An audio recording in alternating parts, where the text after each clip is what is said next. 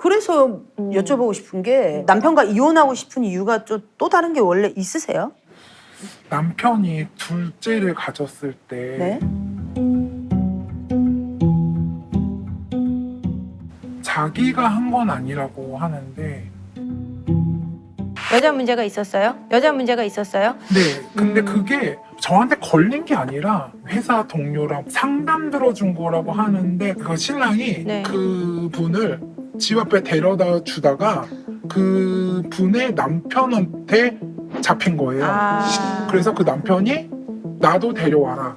사자되면. 사자되면 하자. 그래서 신랑이 와서 나 진짜 믿어달라고. 나 아니라고. 나 아닌데 자기 신분증까지 그 사람이 다 가져가서 거기는 가야 할 것 같은데 내가 너 만삭에 데려가서 미안하다. 근데 진짜 한 번만 나 믿어달라고. 자기가 아니라고. 그래서 그래 너 믿어줄게. 그러고 갔어요. 근데 심장이 막 떨리는 상태에서 이제 부부끼리 만났죠.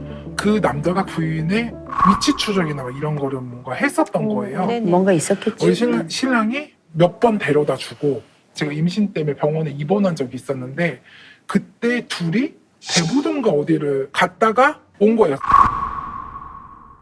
근데 그 시간에 끝날 시간도 아니야. 근데 그냥 이 여자가 그 뭐 남편이 맨날 뭐 구타하고 뭐 이러니까 그거 바람 쐬러 이렇게 가주다가 그게 걸리고 이제 보니까 그 남편 말이었죠 일단. 그 상황에서도 아니라고 하는데 어찌됐건 저는 기던 아니던 간에 내가 그렇죠. 임신 기간에 병원에 있는데 당연하죠. 딴 여자랑. 큰아이는 저희 친정엄마가 보고 있는 어제 네가 빨리 가서 큰아이를 보는 것도 아니라 대부도를 갔다. 네가 이 여자를 만나던 안 만나던 상담을 해주던 뭐를 하던 이 여자는 거기 갔다는 자체만으로 나는 그럼요. 나 쳐져서 그 자리에 꼭 뭔가 잠자리를 했다고만 해서 또 문제가 우리가 되는 건 아니죠. 아니죠. 정서적으로 버림받은 기분이죠. 근데 그 명확하게. 이후로부터 신랑이 주말에 회사를 간다거나 의심되는군요. 그럼 그 의심이 옛날 마음 같지가 않지. 이게 그런 적이 한 번도 없었거든요. 근데 그게 계속 생기는 거예요. 그럼요. 그 진짜 여자의 뭐 느낌 촉이 이상한 있죠. 거 있잖아요. 그럼 너 여자 만나러 가지 이러면은 의심. 네, 헛소리하지 말라고 이상한 소리. 그러니까 나도 그게 싸움이 될 걸 알면서 자꾸 머릿속에 그 게 되죠. 생각이 그럼요. 자꾸 나서 한 번은 주말에 갔어요. 근데 회사가 문 닫혀 있는 거예요. 그러더니 어디 갔는지는 말을 안 하고 자기가 바람 쐬고 그런데 나간다고 막 안 보내줄까 봐 거짓말했다. 자기만의 시간을 너무 갖고 싶어서 회사 갔다고 하고 나왔다. 한 시간만 있다 들어갈게 그러더라고. 근데 그것도 이혼하고 싶은 이유 중에 하나신 거예요, 지금? 근데 그게 계속 의심이 그렇죠. 근데 이런 상태신 것 같아요. 마음은 갈팡질팡하고 아직 그 뭐 남편에 대한 미련도 있지만 머리로는 지금 계속 내가 그쵸. 앞으로도 이렇게 내 스스로가 살아야 돼. 괴로울 게 지금 머리와 이성이 계속 싸우시는 맞아요. 것 같아요. 남편이 그 문제 말고 또 다른 문제는 없어요? 그 문제 말고 또 있었어요? 사건이 터졌죠. 뭐죠? 또요? 긍정적으로 너무 힘들 때 이 사람이 자꾸 긍정적으로 터지는 거예요.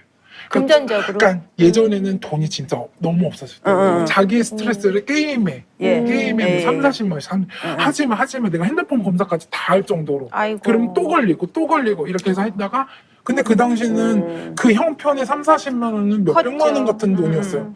근데 그러다가 이제 일을 갑자기 사고가 나서 그만두게 되고 더 돈이 없어서 그동안 적금 든 것도 다 깨서 생활비를 들어가는 와중에 토톤지 뭔지 그걸로 스포츠 토토 이런 거. 3,400을 또 큰아이가 병원비가 계속 들어가니까 그렇죠. 이런 와중에 넌 3,400이라는 돈을 쓰냐?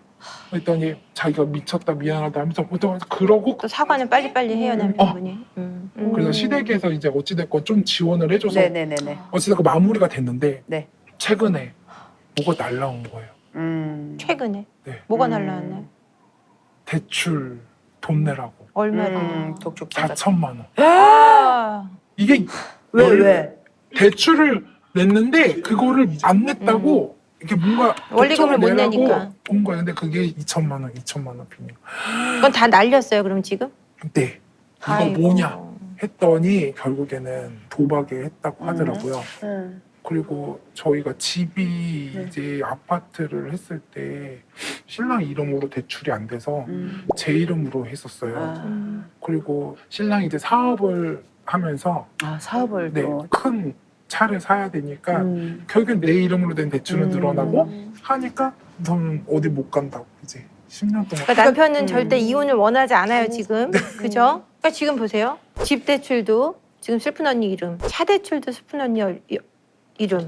그럼 이 4천은 자기 신용 대출을 받은 네네. 거예요? 제2금융거래 3에서. 네. 산 넘어 산이네요. 근데 이게 사실은 첩첩산중이에요. 지금 근데 지금 아까 듣다 보니까 남편분께서는 이혼할 마음이 없으시다라고 표현을 한 것 같아요. 맞아요. 그렇게 되면 소송 방법밖에 없잖아요. 그쵸. 해야죠. 저번에 한번 싸워서 제가 재산 이렇게 그렇죠. 얘기했더니 남편이 약간 돌변하더라고요.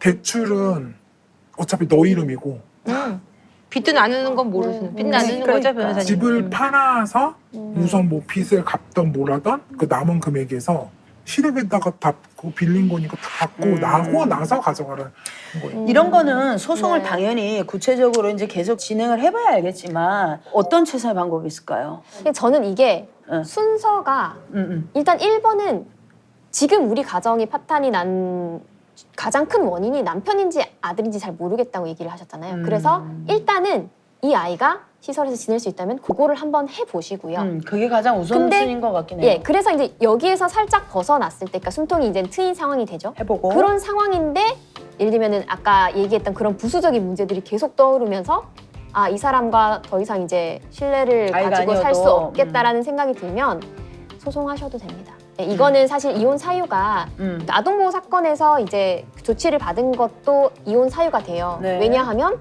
아이를 때리는데 그걸 보고 부모가 그렇지. 상처를 받지 않을 부모는 없어요. 어. 그렇기 때문에 그 아이에 대한 동영상은 확실한 증거고 그 증거를 봤을 때 선생님이 심적 고통을 느꼈다는 건 너무나 명백하기 때문에 이러한 사항이 있는 거는 남편한테 기측사유가 있다고 볼 수가 있는 거예요. 그래요. 그러면 조금 더 유리한 상황이긴 할까요? 일단 위자료는 당연히 이제 유리한 부분이 있고 재산 분할 부분에선 사실은 기책사유가 크게 영향을 받진 않는데 그렇죠. 지금 가장 영향이 있는 건 부양이에요. 부양. 왜냐면 첫째 아이한테 지금 드는 돈이 굉장히 많아요. 그리고 사실은 이혼이 모든 이 부부 문제의 그 해결책은 아니거든요. 그리고 지금 상태에서는 사실은 양육을 두 분이서 해도 지금 힘든 상황에 그만큼 양육비를 엄청나게 줄 수 있는 상황도 아니신 것 같은데 그러면 사실 한쪽이 너무나 힘들어져서 사실 저는 이런 상황 같은 경우에는 이혼이 답은 아닌 것 같고요. 맞아요. 네. 저는 이게 뭐 법적인 문제를 들어가기 전에 슬픈 언니가 아이에 대한 어떤 분리된 양육이 지금 만들어야 되고 환경을 지금 슬픈 언니가 아니라 행복한 언니로 될 수 있는 어떤 한 단계를 지금 내딛어야 되는 때라고 생각해요. 경제적으로 활동을 하고 내가 사회적으로 생활을 하다 보면 좀 자존감이 회복이 되거든요. 그러면은 둘째하고도 좀 건강하게 생활을 하실 수 있고 그러다 보면은 자신이 건강해지면 남편 문제도 좀 더 객관적으로 바라볼 수 있는 맞아요. 힘이 생기고 바라보는 시선이 좀 달라집니다. 그래서 시선이 생기면 남편이 치료를 받을 수도 있고요.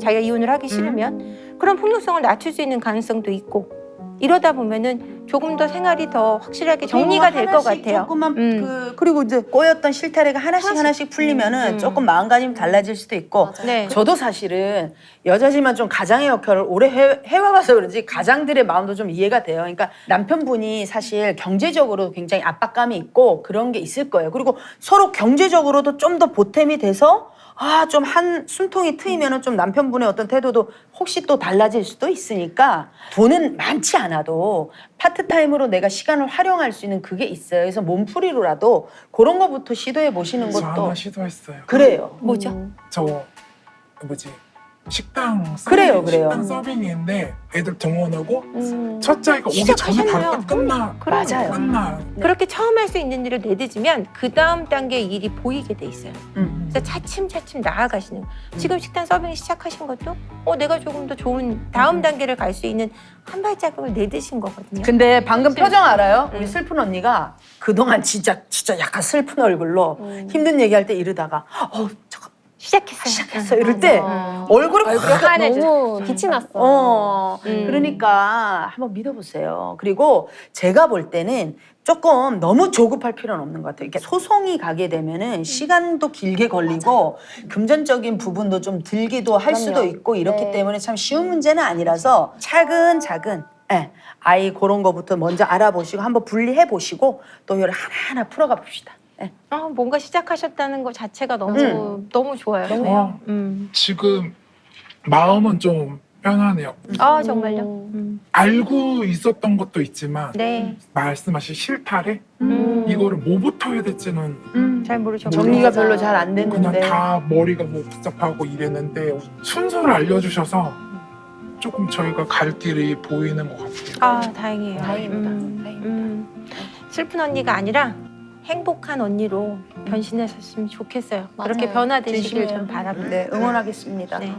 하나씩 지혜롭게 잘 풀어가시길 바라고요. 저희들 네. 응원하겠습니다. 네, 알겠습니다. 나와주셔서 감사합니다. 감사합니다. 네.